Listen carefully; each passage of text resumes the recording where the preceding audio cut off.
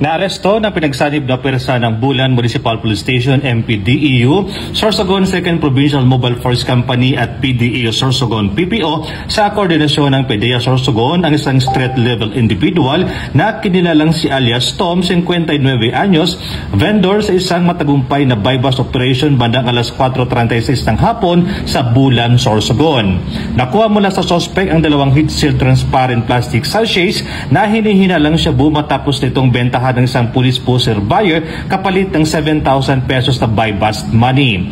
Ang nakuhang droga ay may tinatayang timbang na humigit kumilang 10 gramo at may street value na 68,000 pesos. Isinagawa ang marking at inventory ng ebidensya sa presensya ng suspect at mga kinakailangang saksi at kasalukuyan pa itong nagpapatuloy. Ang naarestong suspect ay nasa kustudiya ng Bulan MPS para sa kaukulang disposisyon at paghanda sa kaukulang kaso. Police News Network Correspondent, Police Staff Sergeant Mercury de Philippine Dito Jr. Alagad ng batas, tagataguyod ng balitang pulis.